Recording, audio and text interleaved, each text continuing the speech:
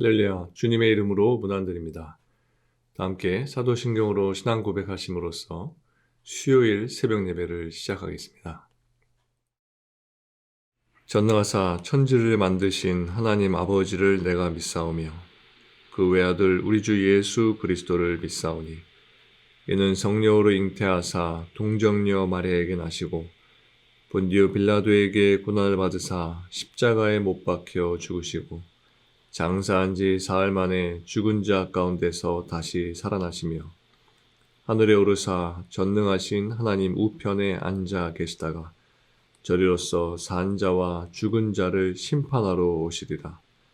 성령을 믿사오며 거룩한 공회와 성도가 서로 교통하는 것과 죄를 사하여 주시는 것과 몸이 다시 사는 것과 영원히 사는 것을 믿사옵나이다. 아멘. 하나님, 오늘도 우리에게 새 생명을 주시고 주님 주신 이 세상 만끽하며 누리며 살 수 있는 복을 베풀어 주셔서 감사합니다.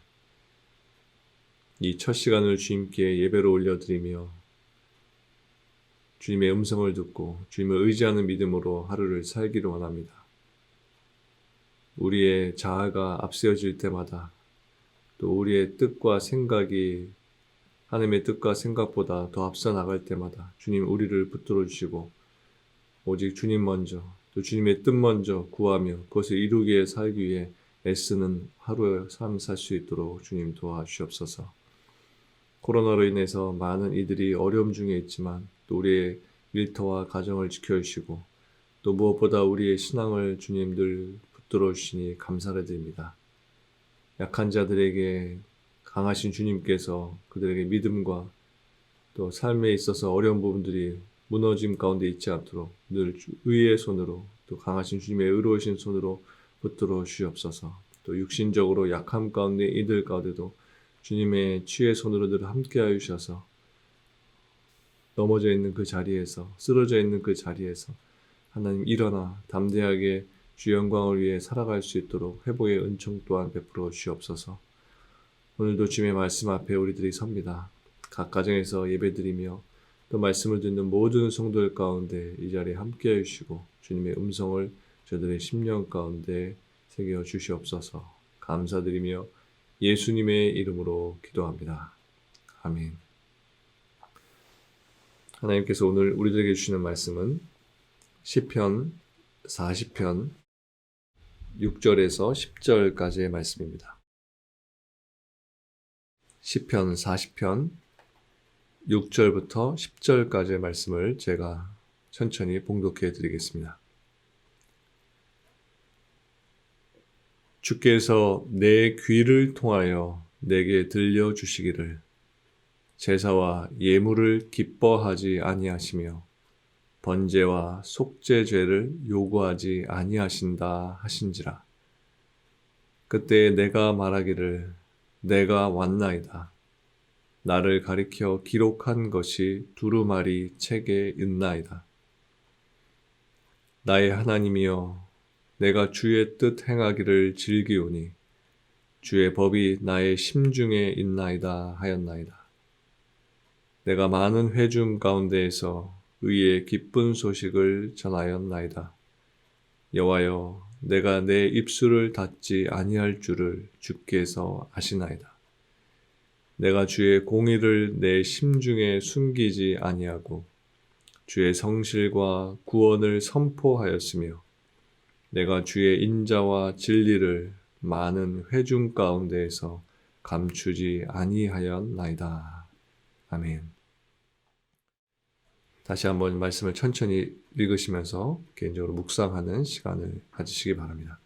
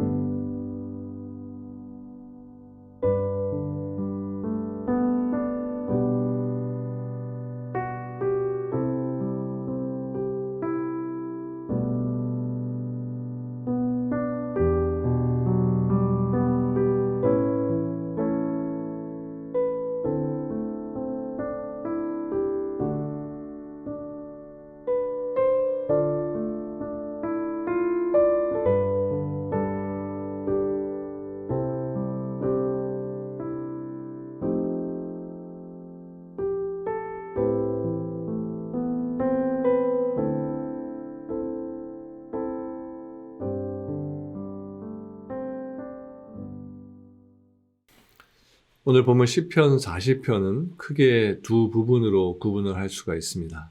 먼저 1절부터 10절까지는 현재 어떤 위기 상황을 맞은 다윗이 과거에 하나님의 구원의 은혜를 회상하면서 드리는 감사의 찬양입니다. 그리고 11절 이후의 말씀에는 다윗이 죄로 인해 자신에게 있게 된 위기의 상황 속에서 하나님께 다시 구원해 달라고 호소하는 내용이 그곳에 기록되어 있습니다. 6절 말씀을 보면 다윗은 하나님이 제사나 예물을 기뻐하지 않으신다 이렇게 말하고 있습니다. 그래서 다윗의 이 말은 마치 하나님이 제사 제도를 기뻐하시지 않는 것처럼 느껴지게 합니다. 그러나 다윗은 그런 의도에서 한 말이 아닙니다. 구약의 제사 제도는 하나님이 직접 정하시고 명하신 것이었습니다. 그렇기 때문에 그러한 제사 제도를 하나님이 기뻐하시지 않는다는 것은 말이 되지 않는 것입니다. 여기서의 다윗의 말은 하나님께서는 형식적인 제사나 형식적인 예물을 기뻐하시지 않는다는 것입니다. 삶에 순종이 따르지 않는 예배나 헌금은 하나님께 아무런 가치가 없다는 뜻인 것입니다.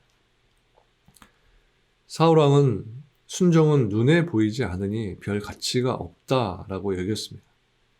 대신에 눈에 보이는 제사나 예물은 중요하게 여겼습니다. 그래서 그는 하나님의 말씀에 순종하는 대신 대제사장의 권리를 침해해서 자기 스스로 제사를 드리기도 했고 또 하나님께 제사를 드린다는 명목하에서 하나님이 명령하신 말씀에 불순종하는 모습을 보이기도 했습니다. 그래서 그는 사무엘상 15장 22절에 보면 사무엘 선지자로부터 이러한 말을 듣게 됩니다. 여호와께서 번제와 다른 제사를 그의 목소리를 청종하는 것을 좋아하심 같이 좋아하시겠나이까. 순종이 제사보다 낫고 듣는 것이 순양의 기름보다 나으니. 사울은 이러한 책망과 함께 하나님으로부터 버림을 받았다는 선고를 듣게 된 것입니다. 하나님은 하나님의 백성들에게 형식적인 제사나 예물보다는 순종을 원하십니다. 하나님께서 성도들에게 원하시는 제사는 곧 예배와 예물의 본질인 사실 순종인 것입니다. 하나님이 뭐가 부족하셔서 성도들에게 예배를 드리고 예물을 바치라고 하시는 것일까요? 그 이유는 하나님은 그러한 요구를 통해서 성도들로부터 순종의 모습을 보기 원하시는 것입니다. 하나님은 이스라엘 백성들이 하나님의 말씀에는 순종하지 않으면서 제사와 예물은 빠지지 않고 드릴 때에 그들에게 이렇게 말씀하셨습니다. 이사야 1장 13절 말씀입니다. 헛된 재물을 다시 가져오지 말라. 분향은 내가 가증히 여기는 바요. 월삭과 안식일과 대회로 모이는 것도 그러하니 성회와 아울러 악을 행하는 것을 내가 견디지 못하겠노라. 이처럼 순종이 없는 형식적인 제사나 예물은 하나님을 기쁘시게 하기는커녕 오히려 하나님을 모독하는 것이고 이것은 하나님을 분노하게 만드는 것입니다. 우리에게도 필요한 것은 순종입니다. 예배 드릴 때에도 순종의 자세로 예배 드려야 되고 우리의 삶 속에서도 하나님의 말씀에 순종하는 자세가 늘 있어야 합니다. 오늘날의 예배는 우리들이 시간의 순종을 하나님께 나타내는 것이라고 말할 수 있습니다. 물론 코비드 상황이라 교회에 나와서 예배 드리지 못하는 분들이 많이 계시지만 집에서 온라인으로 예배 드리시는 분들도 예배 시간에는 다른 하던 일들을 다 멈추고 내 시간을 하나님께 드려서 예배 드리고 있습니다. 이렇게 예배는 시간의 순종을 나타내는 척도가 되는 것입니다. 그리고 하나님께 예물을 드리는 것은 하나님께 물질의 순종을 나타내는 척도가 됩니다. 그러므로 성도들은 예배와 헌금을 드리기 전에 먼저 선을 행하고자 하는 마음의 자세를 갖추어야 하는 것입니다. 또 8절 말씀을 보면 다윗은 자신이 주의 뜻 행하기를 즐긴다라고 했습니다. 다윗의 이 말은 다윗이 하나님을 사랑했고 다윗은 하나님과의 이 사랑의 관계 속에서 하나님의 뜻을 행하면서 살았다는 것을 보여주는 것입니다. 하나님의 뜻을 행하는 것을 다윗이 늘 즐기면서 살았다는 것입니다. 여러분, 남녀가 사랑을 하게 되면 서로 상대방의 뜻이 무엇인지를 알기 원하게 됩니다. 그리고 그 뜻을 알게 되면 서로가 가진 그 뜻에 맞춰서 행동하려고 무던히 애를 쓰게 되는 것입니다. 그 이유는 상대방의 뜻을 알고 서로를 대해줄 때 상대방으로부터 더 큰 사랑을 얻을 수가 있기 때문입니다. 자기가 사랑하는 사람의 요구이기 때문에 어떻게 해서든 그 요구를 들어주기 위해서 애를 쓰는 것입니다. 마찬가지로 하나님을 사랑하는 사람이라면 하나님을 기쁘시게 하기 위해서 하나님의 뜻을 알기 위해 힘쓰게 된다는 것입니다. 그리고 그 뜻을 알게 되면 그것에 맞춰서 살기 위해 최선을 다하게 되는 것입니다. 물론 그것을 억지로가 아니라 즐거워하면서 하게 됩니다. 이렇게 즐거움으로 하는 일이기 때문에 그것이 자신에게 기쁨이 되는 것입니다. 이와 같이 하나님을 사랑하는 사람은 하나님의 뜻을 행하는 것을 즐거워하기 때문에 그 뜻을 기쁘게 행할 수 있는 것입니다. 그러나 하나님을 사랑하지 않는 사람은 하나님의 뜻을 행하려고 하지 않습니다. 하나님의 뜻을 행하는 것이 즐겁지 않기 때문인 것입니다. 그리고 하더라도 억지로 하게 되는데 이런 사람에게는 하나님의 뜻을 행하는 것이 즐겁지 않고 너무나 힘이 드는 것입니다. 그렇다면 여러분은 어떠신가요? 여러분은 하나님을 사랑하시나요? 하나님의 뜻을 알기 원하고 그분의 뜻을 행하는 것을 즐거워하면서 살고 계십니까? 만약 여러분이 하나님을 사랑하는 성도라면 당연히 여러분들에게는 이러한 모습이 보여질 것입니다. 그런데 만약 이러한 모습이 나타나지 않고 하나님의 뜻을 행하는 것이 힘겹고 어렵게만 느껴진다면 내 신앙을 다시 한번 점검해 볼 필요가 있는 것입니다. 본문 9절과 10절을 보면 다윗은 이렇게 고백을 하고 있습니다. 내가 많은 회중 가운데에서 의의 기쁜 소식을 전하였나이다. 여호와여, 내가 내 입술을 닫지 아니할 줄을 주께서 아시나이다. 내가 주의 공의를 내 심중에 숨기지 아니하고 주의 성실과 구원을 선포하였으며 내가 주의 인자와 진리를 회중 가운데에서 감추지 아니하였나이다. 여기 보면 다윗은 회중들에게 의의 기쁜 소식을 전했다라고 했습니다. 여기서 의의 기쁜 소식이란 그 뒤 10절에 나오는 주님의 성실과 구원을 말하는 것입니다. 어제 본문이었던 2절 말씀에 보면 다윗은 주님께서 자신을 웅덩이와 수렁에서 끌어올려 주셨다라고 고백했습니다.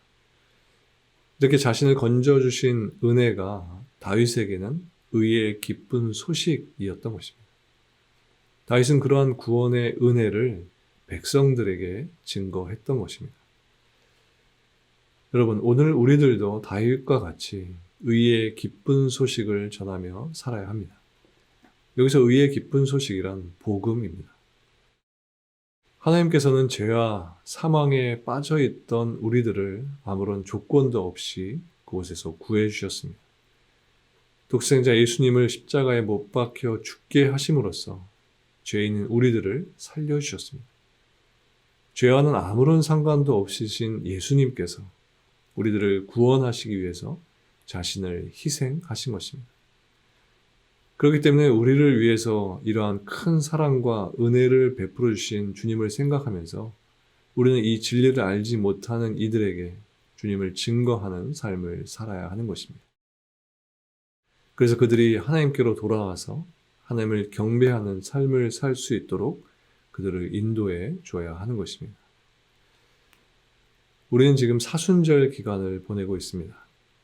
사순절은 단지 예수님의 희생에 동참하기 위해서 금식하고 절제하고 묵상만 하는 기간이 아니라 예수님의 십자가의 사랑과 은혜를 기억하면서 내 삶 속에서 어떻게 그 주님을 전하며 살 수 있을지를 고민하고 또 그렇게 살기로 결단하는 시간이 되어야 하는 것입니다. 주님을 증거하는 삶이 복된 삶입니다. 계속해서 주님의 뜻을 행하는 여러분들 되셔서 그 가운데서 주님께서 주시는 기쁨과 즐거움 속에서 하루하루를 살아가시는 저와 여러분들 모두가 되시기를 주님의 이름으로 간절히 축원합니다. 기도하시겠습니다. 하나님, 어려운 중에 우리들이 살고 있지만 그 가운데서도 우리들에게 주님의 뜻을 알 수 있도록 깨우침을 주시고 또 주님의 뜻 가운데 우리가 선한 길로 진리의 길로 나아갈 수 있도록 인도하시니 감사드립니다. 오늘도 주님의 뜻을 알기 원합니다. 그리고 그 뜻을 가슴에 품고 살아가기 원합니다. 주님만이 우리의 주인 되시며 생명 되심을 오늘도 고백하며 오직 주님의 뜻에 우리의 마음을 두고 살아가는 저희들 될 수 있도록 인도하여 주옵소서. 우리의 마음이 해이해지고 우리의 생각이 흐트러질 때마다 주님의 뜻 위에 다시 한번 우리의 삶을 세울 수 있도록 주님 우리를 붙들어 주시옵소서. 감사를 드리며 예수님의 이름으로 기도합니다. 아멘. 하늘에 계신 우리 아버지여, 이름이 거룩히 여김을 받으시오며 나라가 임하시오며 뜻이 하늘에서 이루어진 것 같이 땅에서도 이루어지이다. 오늘 우리에게 일용할 양식을 주시옵고 우리가 우리에게 죄 지은 자를 사하여 준 것 같이 우리 죄를 사하여 주시옵고 우리를 시험에 들게 하지 마시옵고 다만 악에서 구하시옵소서. 나라와 권세와 영광이 아버지께 영원히 있사옵나이다. 아멘.